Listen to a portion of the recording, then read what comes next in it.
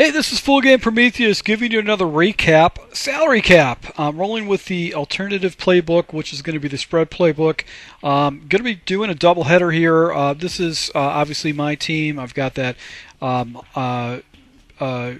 identifier fullback. This is my opponent's team. He's got Odell Beckham, Night Train Rain. He's also got DeMarcus Lawrence.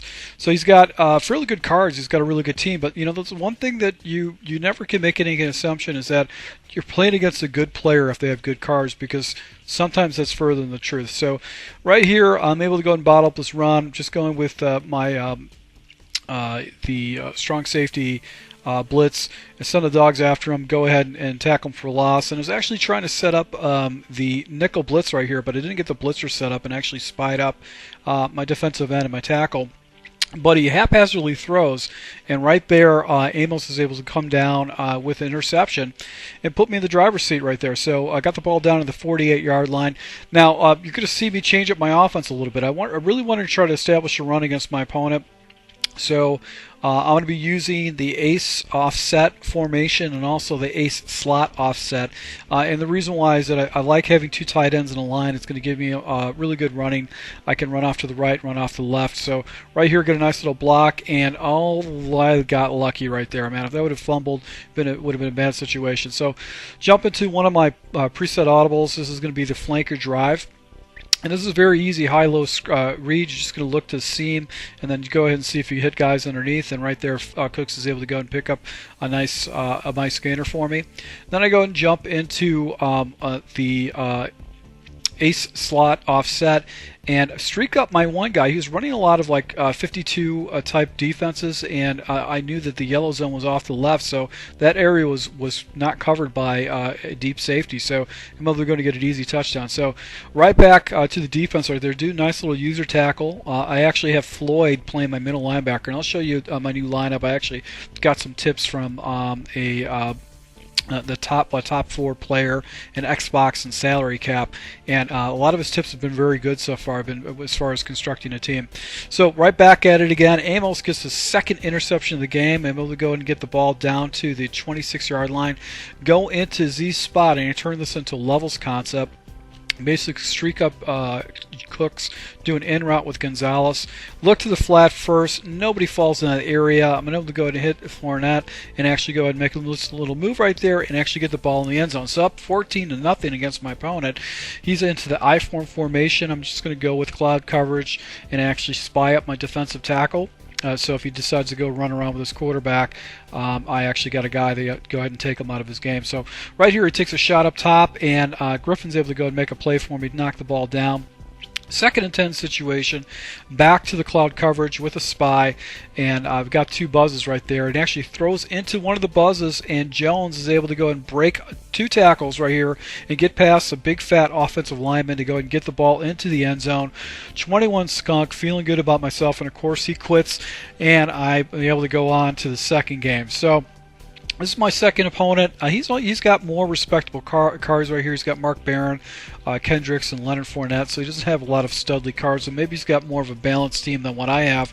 And once again, this is my team: Urlacher, fullback, and Brooks. So back to the ace offset. Just do a nice little inside run right there. Tackle actually picks him up, and I'm able to go and pick up a good 4 yards. Third and 6 situation. I wanted to go and hit him with a play that he hasn't seen yet. And this is that little money play that I just released this past week. Go ahead and hit the flat right there with that weird wing route with the tight end. I'm able to go and pick up a first down. So second 11 situation, back to the Z spot, streak up my outside wide receiver, actually do an in route, and I'm just looking levels right here off to the right hand side. And he keeps adjusting his offensive line. You're going to see that. So actually threw into the flat. There was a defender actually came down and played that. So that was a bad read by me.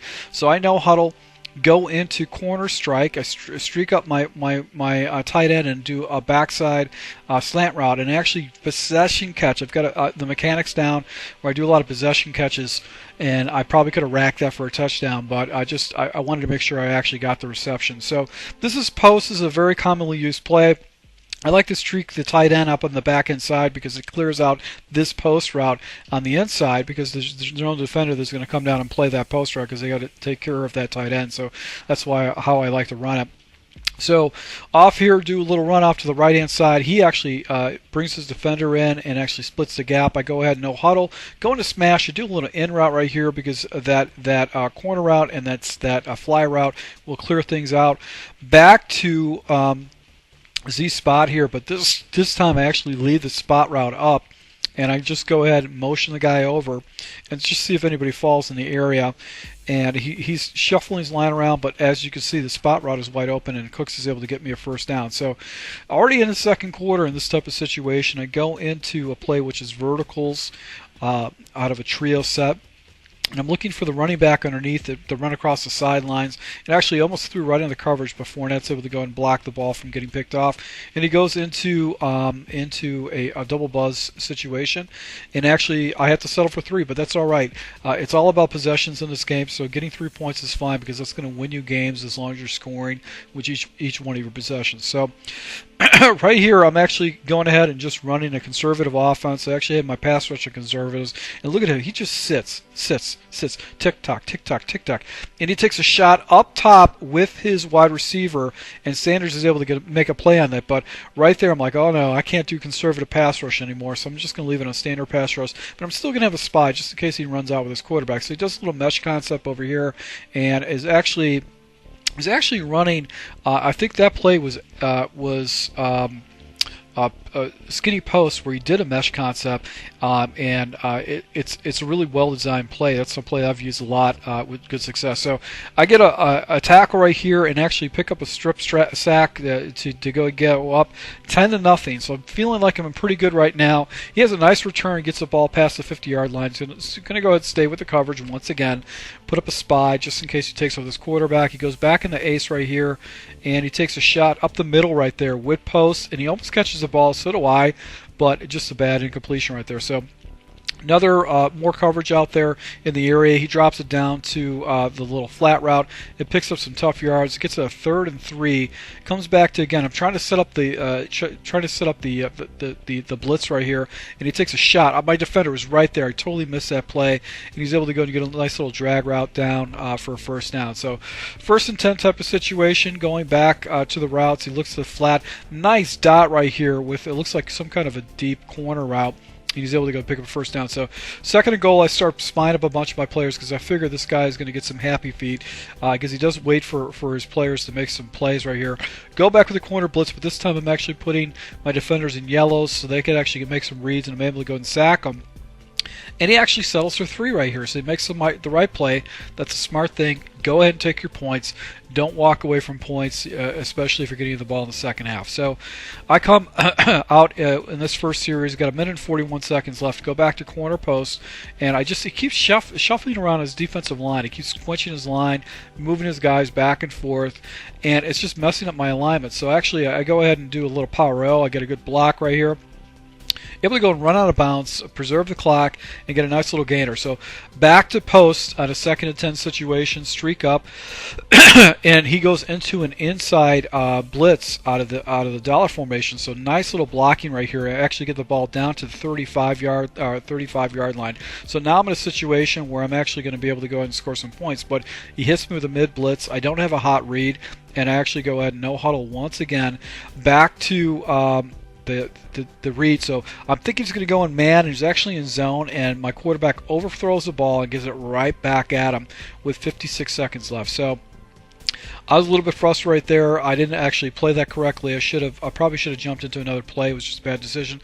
Right here, he catches the ball, gets it down to the 30, 35, 30-yard line, 32-yard line right there. He actually hits the seam. He goes no huddles again, and I actually set the blitz up correctly. Send the blitz after him right here, and I'm able to go and hit him, pop the ball out of his hand, but it was an incomplete pass.